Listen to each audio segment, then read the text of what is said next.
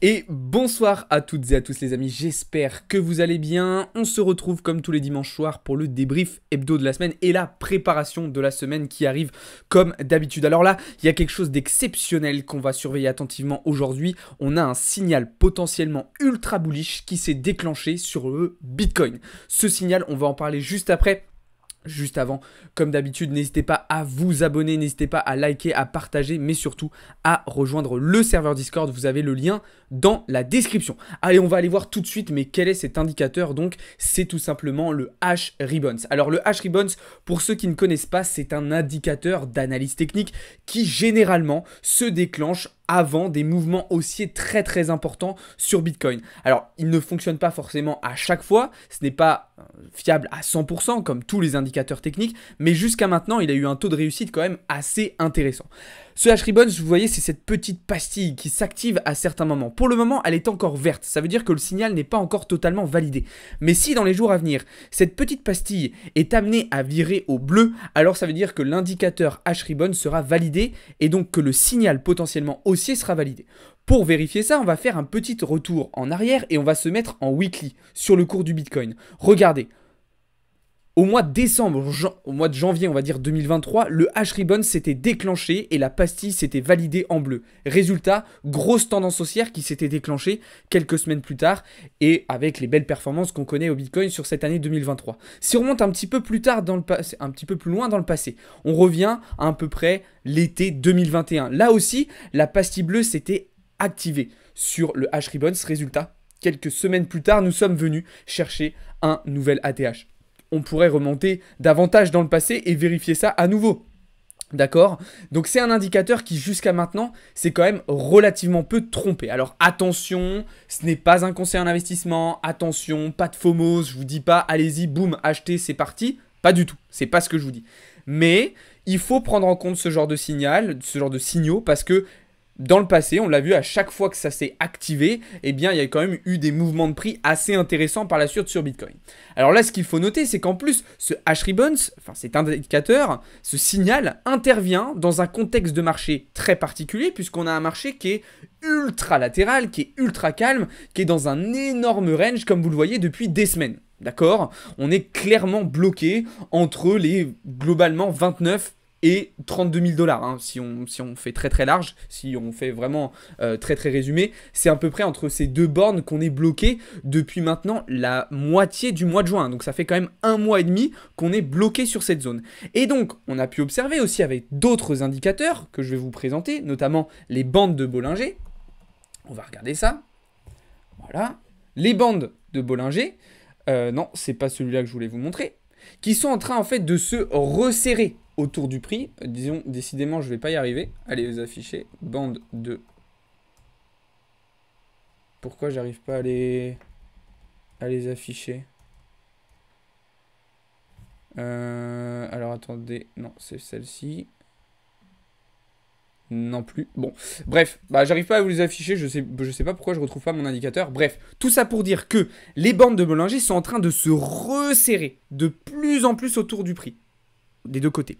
Et qu'est-ce que ça veut dire en fait? Ça veut dire que potentiellement on va avoir des mouvements de prix assez importants puisque quand le prix va sortir de ces bandes de Bollinger, et bien potentiellement on aura un mouvement assez violent. Vous le savez, quand on a un range qui se prolonge dans le temps de cette manière, quand on a un prix qui accumule, qui compresse, et bien en fait on a une accumulation d'ordre sur cette zone et donc au moment où ça pète de manière assez violente généralement. Surtout que là on sait en plus que dans la situation actuelle, on a énormément de liquidités au nord et au sud. Donc potentiellement, on pourrait avoir une première sortie, une fausse première sortie baissière ou haussière, histoire de récupérer de la liquidité et piéger une partie du marché, et ensuite, boum, prendre une direction un petit peu plus claire. D'accord? Bollinger Band. Bah ouais, mais c'est ce que j'ai marqué tout à l'heure. Mais tu vois, ça me l'affiche ici. Moi, je le voudrais sur le graphe directement. Ah, peut-être celle-ci. Ah, voilà. Donc là, si vous regardez en daily, les bandes de Bollinger sont en train de se resserrer autour du prix, comme vous voyez, d'accord? Lorsqu'on a des mouvements plutôt volatiles, on a tendance à observer, voilà, les bandes de Bollinger qui s'écartent, ok? Un petit peu comme comme un poumon, enfin, comme plutôt un cœur du coup, parce que le poumon ça bouge pas, mais qu'un petit peu comme le cœur humain. Voilà, on a des moments où ça se décompresse et des moments où ça se compresse. Et c'est ça en fait qui crée des impulsions. Au moment où ça se compresse, et bah après quand ça se décompresse, le prix il part. Je sais pas si ma métaphore était très très claire, mais je pense que vous avez compris un petit peu ce que je voulais dire. Et donc là, le fait qu'on ait des bandes de Bollinger qui se resserrent comme ça, enfin près du prix, ça annonce potentiellement une reprise de volatilité dans potentiellement les semaines à venir. Alors attention, maintenant qu'on a dit ça, qu'est-ce qu'on fait? Alors ça veut pas dire allez-y, achetez, let's go. Non, pas du tout. Ça veut dire que on est sur une zone de prix, d'accord? On est dans un momentum, on est dans un contexte de marché d'une extrême, d'un calme extrême, et que potentiellement, du coup, le mouvement de sortie, le mouvement où on aura un retour de la volatilité sera probablement assez important, assez virulent, assez violent, et donc, ben, voilà, faudra être prêt, faudra être prudent bien évidemment, mais il faudra être prêt à faire face et à profiter de cette opportunité. Alors attention, encore une fois, pas de FOMO. Et ça ne veut pas dire, malgré que le H-Ribbon se soit affiché, ça ne veut pas dire que boum, on va partir vers le haut. Pas du tout. Encore une fois, je vous ai dit, pour qu'il se valide, il faut que ce H-Ribbon, la pastille, se mette en bleu. Pour le moment, c'est pas le cas, elle est toujours en vert. Donc ça veut dire que le signal n'est pas encore validé. Mais c'est quand même quelque chose d'important à prendre en compte. Bref, les amis, ce soir, j'ai commencé cette vidéo, j'ai commencé ce live avec ça, mais vous savez, on est là surtout pour parler des choses qui sont un petit peu plus proches de nous, donc notamment ce qui s'est passé cette semaine. On va revenir sur les différents éléments qui se sont déroulés cette semaine, et on va surtout essayer de préparer au mieux la semaine qui arrive, parce que c'est ça qui va être très très important les amis, parce qu'on a encore une belle semaine qui nous attend, malgré que ce soit l'été, malgré que ce soit les vacances, on a quand même des choses importantes à voir aujourd'hui. Alors, on va repartir de la base. On va reprendre la map globale du marché crypto. Donc en ce dimanche, on a un marché légèrement dans le vert sur les cryptos, environ 0,4-0,5% sur l'ensemble du marché, d'accord, avec un Bitcoin qui est repassé au-dessus des 29 300 $. Du côté des alts, c'est un petit peu plus hétérogène, mais globalement, c'est plutôt bullish quand même. Du côté de l'indice Fear & Greed, un indice à 52. Aujourd'hui, pas de changement de ce point de vue-là. Voilà, on est toujours dans un niveau de confiance très modéré, avec toujours une incertitude et une indécision un petit peu omniprésente en fait sur le marché. Du côté des ratios long-short, ça diminue un petit peu, hein, les longs qui perdent un petit peu de part de marché, mais globalement, ils sont toujours en majorité. D'accord? Du côté... Ah, j'ai été déconnecté. Du côté de l'order book, on va regarder ça tout de suite. Hop! Hop, hop, hop, si ça veut bien s'activer. Voilà. Donc, des comportements de prix assez particuliers, vous le voyez, avec plusieurs zones qui vont nous intéresser. On va regarder évidemment tout à l'heure aussi du côté des maps de liquidation, puisqu'on a eu des mouvements de prix quand même assez intéressants dans le week-end qui vont impacter du coup directement les zones désormais qu'on va devoir aller chercher dans le futur. Et bien évidemment... on va regarder un petit peu ce qui se passe du côté de l'open interest, du côté des funding rates, d'accord? Alors pour le moment, on reste sur un marché quand même assez calme, même si on a toujours cette impulsion qu'on retrouve d'ailleurs généralement les dimanches, hein, les scalp pumps du dimanche, on en a quand même pas mal en ce moment, donc attention à la journée de demain qui pourrait être un petit peu plus compliquée. D'accord. Alors là, j'ai mes funding rates qui ne veulent pas s'afficher. Décidément, ce soir, c'est compliqué. Il n'y a pas grand-chose qui va de manière très fluide. On va y arriver quand même, vous inquiétez pas. Voilà, let's go. Ok, on y est. Donc là, sur du 1 heure, un petit peu de mouvement du côté du prix et de l'open interest, même si ça reste relativement calme. Les funding rates qui sont dans le positif, donc pas grand-chose à signaler de ce côté-là. Et du côté du comportement des CVD spot, c'est la même chose. On est sur de la continuation, pas grand-chose de nouveau. D'accord? D'un point de vue purement technique, d'un point de vue purement price action, vous savez, j'ai toujours à peu près le même scénario hein, depuis un certain nombre de jours. Hop, on va enlever les bonnes de Bollinger. Donc sur du 4 heures, j'ai plutôt un scénario haussier dans un premier temps et baissier dans un second temps. D'accord? Je considère que là, on a pas mal justement de liquidités à revenir chercher au nord. D'accord? Donc en direction des 29 800 $. Ok? Potentiellement, on pourrait venir visiter les 30 000 si on a des volumes suffisants. D'accord? Mais derrière, je m'attends plutôt à du retournement. Sauf si du coup en 4 heures, on valide vraiment des clôtures H4 au-dessus des 29 500 $, plusieurs, hein, il en faudrait plusieurs, et auquel cas, du coup, on pourrait considérer la validation de ce pattern ICT qu'on appelle le PO3. Un PO3, je vous rappelle que c'est un pattern en 3 temps avec une phase d'accumulation, une phase de manipulation et une phase de distribution. Alors là, le problème, c'est qu'en fait, notre phase de manipulation, elle va bientôt être aussi longue et aussi chiante que notre phase d'accumulation. D'accord? Donc bon, c'est un petit peu étonnant, mais voilà, le scénario reste pour le moment valide, le scénario reste pour le moment valable. Donc évidemment, c'est quelque chose qu'on garde à l'esprit et qu'on surveille attentivement. En tout cas, sur Bitcoin, personnellement, je vais privilégier des prises de position plutôt à court terme, d'accord. Je ne vais pas aller chercher une volatilité sur plusieurs jours, en fait. Je vais essayer de vraiment privilégier des comme on a fait cette semaine, hein, des prises de position sur du 15 minutes, sur du 1 heure. Parce qu'en fait, même en faisant ce genre d'analyse, c'était des positions qui prenaient déjà beaucoup de temps, hein. Si on regarde, par exemple, les positions qu'on a pu prendre lundi dernier, la position qu'on a pris lundi soir, elle est venue se valider seulement le mercredi soir. D'accord? Sachant que c'était une analyse M15. Donc ça a mis quand même pas mal de temps. Alors celle de mardi, du coup, c'est validé un petit peu plus vite. Enfin, de mercredi après-midi, c'est validé un petit peu plus vite. Mais globalement, le marché voilà, est quand même relativement lent. Il y a relativement peu d'intensité, peu de volume. Donc forcément, si déjà de base, vous allez prendre une position sur du 1 heure H4, voilà, ça va être du swing en fait, clairement ça va être du swing. Donc moi je privilégie vraiment des analyses sur du 15 minutes pour le moment, pour aller chercher quand même des prises de position et des setups relativement rapidement. Sauf si du coup on a effectivement mon scénario ici qui se valide, où là potentiellement je considère qu'on pourrait avoir une accélération de prix, et donc on pourrait aller chercher peut-être des scénarios un petit peu plus rapidement, même sur des plus grosses UT, d'accord? J'espère que vous m'avez suivi, mais voilà un petit peu ce que je pouvais dire sur Bitcoin. Bien évidemment, on a aussi un autre scénario qui pourrait se mettre en place, je vous en parlerai un petit peu plus demain. Si on revient chercher rapidement de la liquidité vers le bas, on pourrait ensuite se diriger vers le haut, car comme je vous l'ai dit, on a quand même pas mal de choses à récupérer des deux côtés. Ok? Donc ça, c'est quelque chose qu'il faut bien prendre en compte. Encore une fois, toutes ces maps de liquidation, elles sont disponibles dans le serveur Discord, vous pouvez les retrouver et aller les observer. Ok? On va désormais faire un petit point du côté d'Ethereum, d'accord? Donc Ethereum toujours un petit peu dans le même scénario. On s'était positionné dans ce trade, donc milieu de semaine, Donc une position qui était bien partie, et puis au final on est revenu travailler sur notre structure, hein. Donc pour le moment on est toujours dans ce trade, puisque ici on n'avait pas encore pris de TP partiel ni remonté le SLABE, ok? Donc là, l'idée, c'est d'aller chercher peut-être un petit peu plus haut cette fois-ci, un petit peu au-dessus en direction des 1896 $ avec une nouvelle entrée.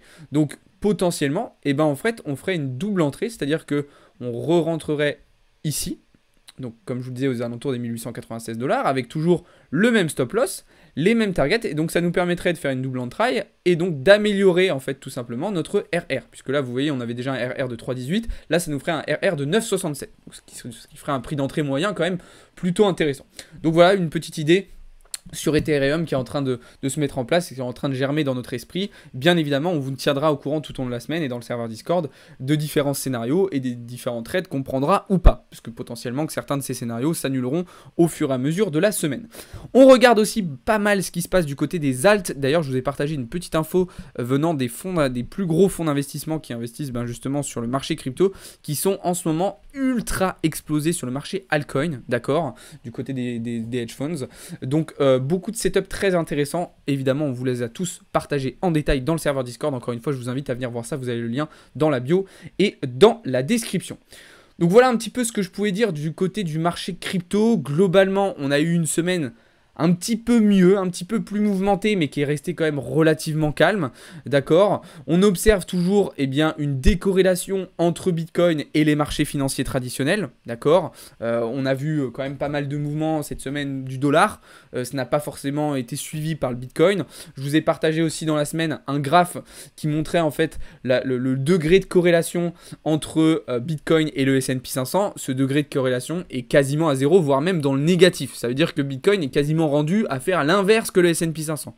Et quand on connaît les performances des indices boursiers américains en ce moment, évidemment, c'est pas forcément une très très bonne nouvelle. Enfin bref, ça on y reviendra bien évidemment dans la semaine. On va pouvoir désormais se concentré un petit peu du côté des marchés financiers traditionnels et notamment du côté de l'indice devise dollar, donc le DXY, qui est venu comme prévu cette semaine tester sa résistance des 102 points. Ok, donc je vous rappelle qu'on avait identifié ce pattern de retournement mi-juillet qui s'est totalement validé, ce qui d'ailleurs nous avait du coup permis de réaliser des belles performances en short sur certaines paires de forex mais aussi sur certaines matières premières.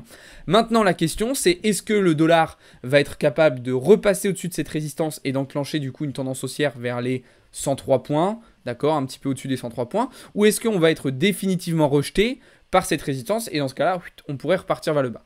Pour le moment, on a été rejeté, mais attention, le dollar n'a pas dit son dernier mot selon moi et je pense que cette semaine va être assez décisive de ce point de vue-là puisqu'on aura de nouveau un certain nombre de catalyseurs macroéconomiques qui pourront un petit peu changer la donne. Donc bien évidemment, l'indice devise dollar sera à surveiller attentivement encore une fois cette semaine. Alors pas forcément pour Bitcoin comme on vient de le dire, mais pour le reste des marchés. Justement, sur le reste des marchés, on a pu observer de nouveau des comportements très bullish sur les indices boursiers américains, alors qu'on pouvait s'attendre à ce que cette semaine soit une semaine de retournement potentiellement pour ces indices. Et bien au final, absolument pas. Alors on a eu deux bougies H4 baissières, notamment sur S&P 500, sur Dow Jones et Nasdaq, mais au final, c'est pas grand chose. Et au final, ces indices boursiers américains pourraient continuer de monter assez étonnamment. Ils gardent des performances haussières très fortes et très hautes, alors qu'on a clairement une surévaluation, tous les indices nous le disent, il y a une surévaluation de ces indices boursiers américains au vu de la réalité des choses. Alors on le sait, on sait pourquoi ils sont surévalués, je vous en ai déjà parlé dans plein de lives et dans plein de vidéos. Donc, la seule chose à faire qu'il y a pour l'instant, c'est tout simplement observer, attendre un point réel de retournement pour là se positionner sur du short. Mais c'est vrai que pour le moment, c'est beaucoup trop tôt. Alors, dans la semaine qui arrive, là, on va de nouveau avoir un certain nombre de gros résultats d'entreprises, avec notamment Apple, Amazon, on aura aussi PayPal, on aura aussi pas mal d'entreprises françaises comme le Crédit Agricole.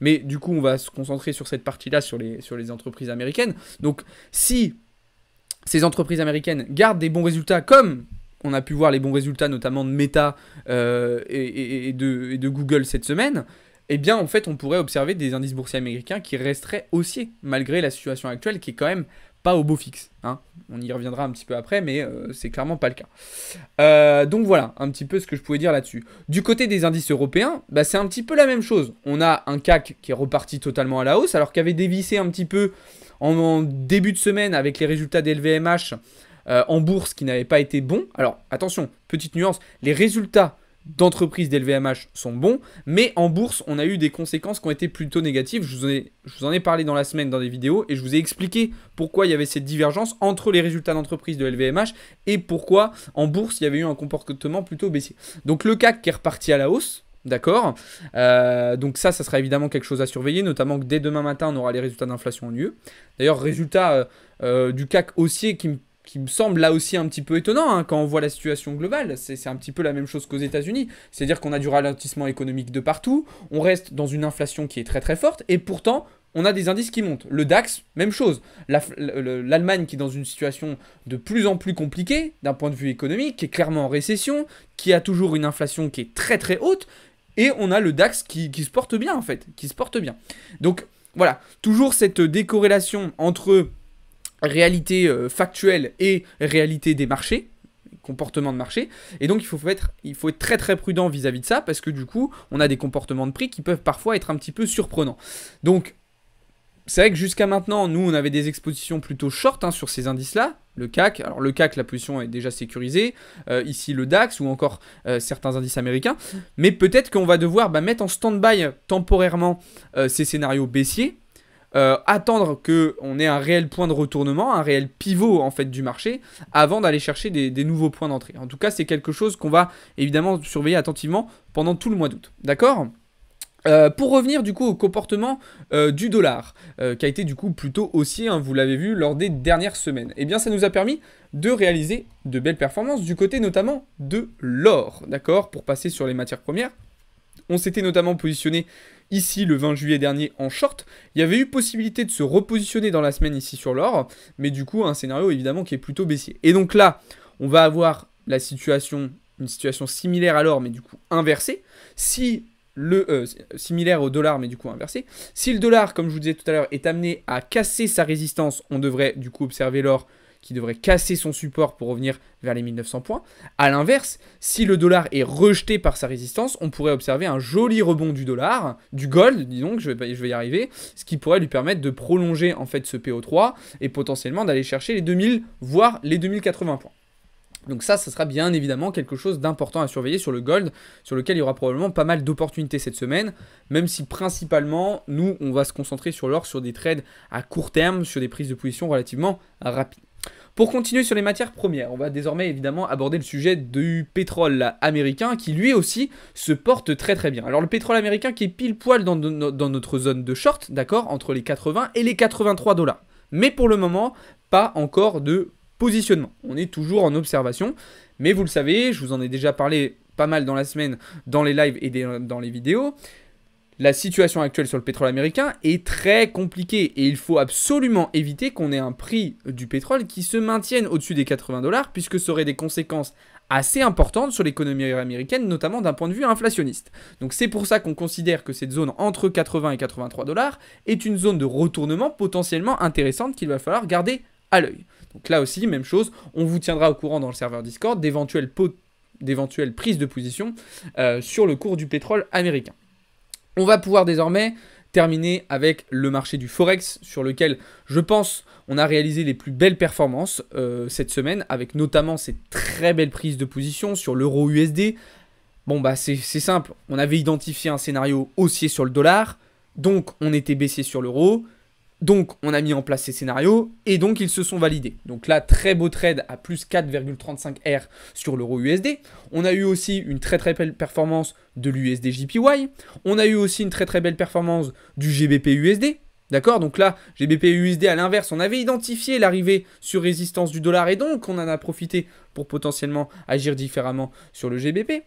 Même chose, non, c'était pas sur l'euro GBP, c'était sur le 4 JPY. On avait vu aussi une très belle prise de position. Alors, on avait TP partiel et on a été clôturé du coup à BE juste ici. Le trade n'était pas allé jusqu'au bout. Et puis, il y en a eu bien d'autres. Il y en a eu bien d'autres. De toute façon, vous avez tous les résultats directement dans le serveur Discord. Mais du coup, un marché Forex qui a été très intéressant cette semaine et qui, je pense, va continuer à être très intéressant. On a eu aussi beaucoup de données du côté australien, on a eu aussi les données du côté Japon cette semaine. De toute façon, vous le voyez très bien ici. Mais donc, du coup, ça nous a permis de saisir là aussi beaucoup d'opportunités, même si, par exemple, le marché crypto était bien plus calme.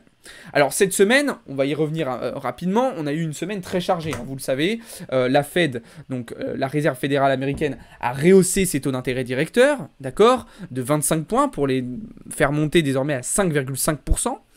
La question qui réside désormais, c'est est-ce que c'était la dernière hausse des taux ou est-ce qu'il y aura d'autres hausses des taux? Et très probablement, c'est la deuxième option qu'il faudra sélectionner. Maintenant, le prochain FOMC sera le 20 septembre prochain. D'accord?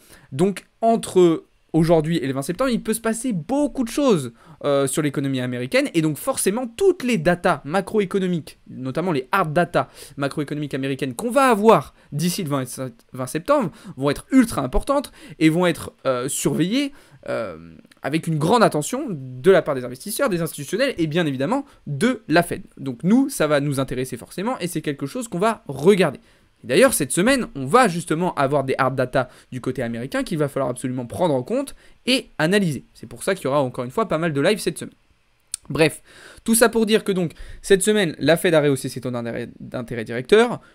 Si vous voulez voir un petit peu ce qui a été dit globalement dans la conférence de presse et lors du FOMC, je vous invite à aller sur la chaîne YouTube, je vous ai détaillé tout ça. Mais globalement, ce qu'il faut retenir, c'est que le chemin va encore être long et que la Fed est loin de pivoter.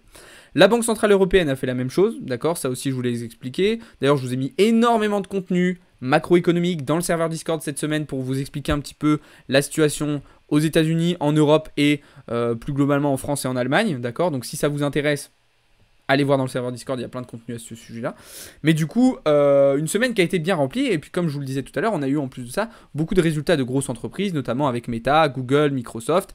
Et c'est pas fini puisque du coup, je vous le disais, la semaine prochaine, on va avoir encore Amazon, Apple, PayPal, notamment du côté américain. Mais aussi des résultats d'entreprises françaises, hein, avec notamment AXA ou encore le Crédit Agricole. Donc forcément des entreprises qui pèsent assez lourd, même si là c'est plutôt sur le système financier, ça va quand même peser assez lourd dans la balance et ça pourrait du coup impacter les indices sur lesquels nous sommes positionnés. Donc une semaine qui va être importante. D'ailleurs, on va aller voir tout de suite ça dans le détail et regarder un petit peu les différentes dates et horaires importantes de la semaine. Alors d'ailleurs, je vous montre tout de suite le planning des lives de la semaine chez Blockchain Capital, un programme bien rempli les amis. Donc vous pouvez retrouver ce planning de manière détaillée dans le serveur Discord, d'accord, si vous voulez voir un petit peu les différents jours, les horaires et le contenu des lives. Mais vous voyez, grosse semaine de live à venir chez Blockchain Capital. Bref.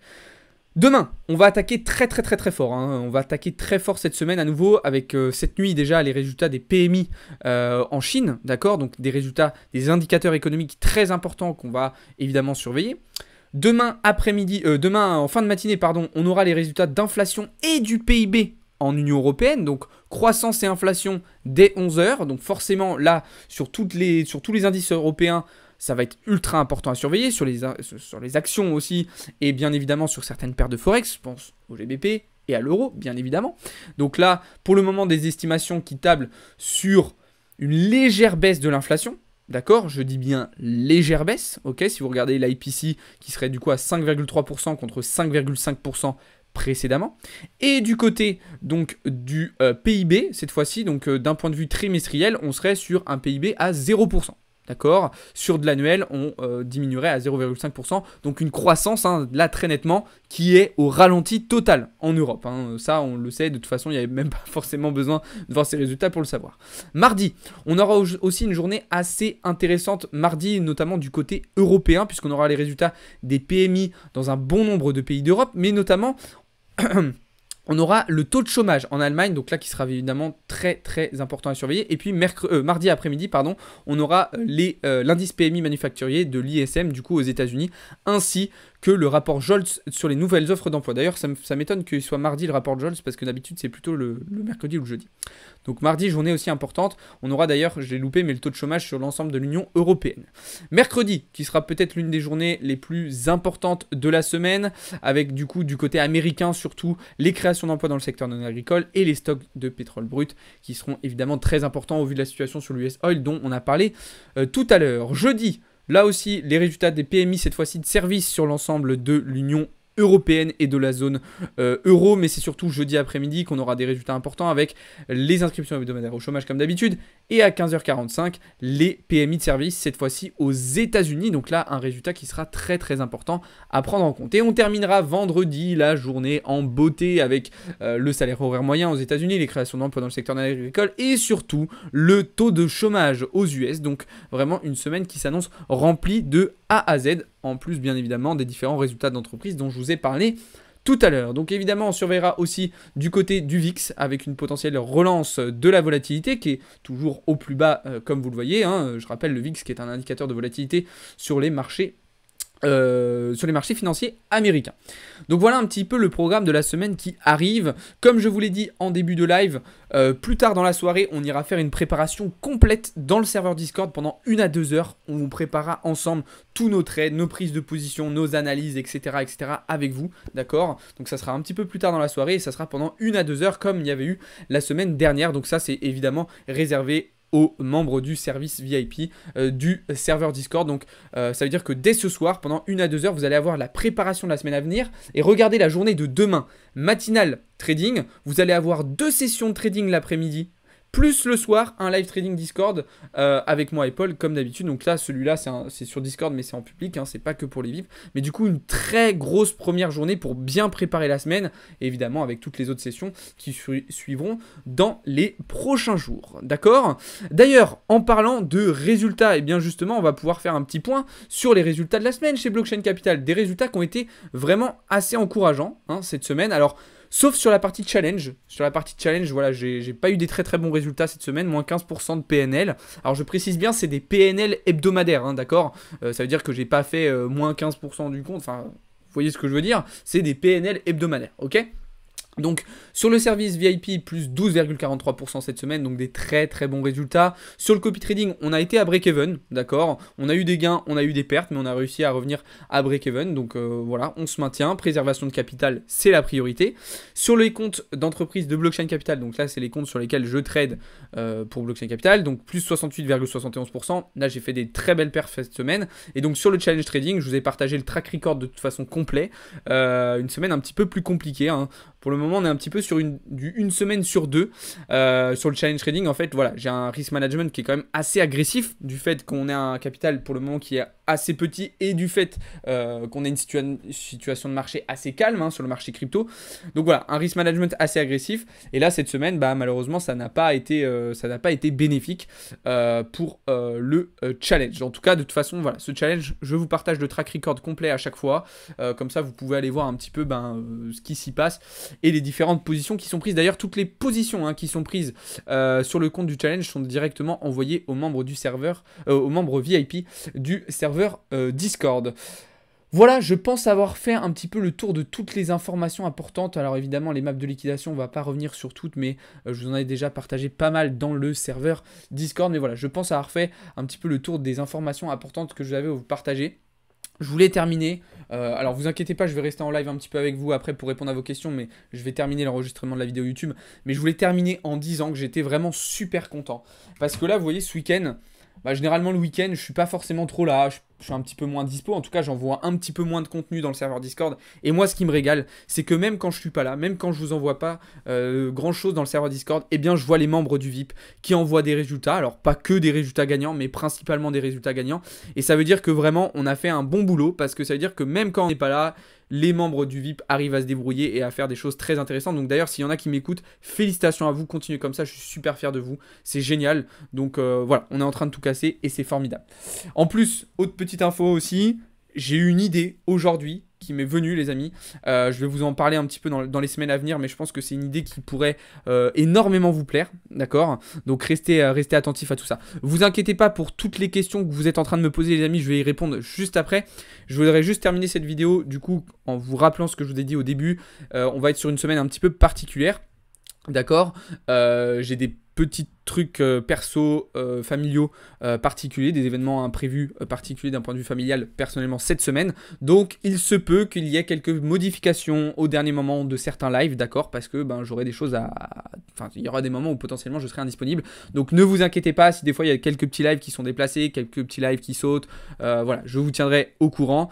Mais du coup, voilà. J'aurai des petites choses d'un point de vue familial à régler.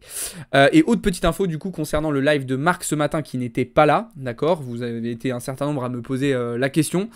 En gros, tout simplement, Marc a dû faire un choix d'un point de vue professionnel et du coup il ne pourra plus être présent avec vous le dimanche matin, en tout cas pendant les semaines à venir. Donc ne vous inquiétez pas, Marc va très très bien. Ça va aussi très très bien entre lui et nous, ok. Il n'y a eu absolument aucune différence, c'est juste des choix professionnels, des choix de carrière. On est obligé d'en faire dans la vie comme ça, des fois c'est comme ça. Et donc là ça a été le cas de Marc.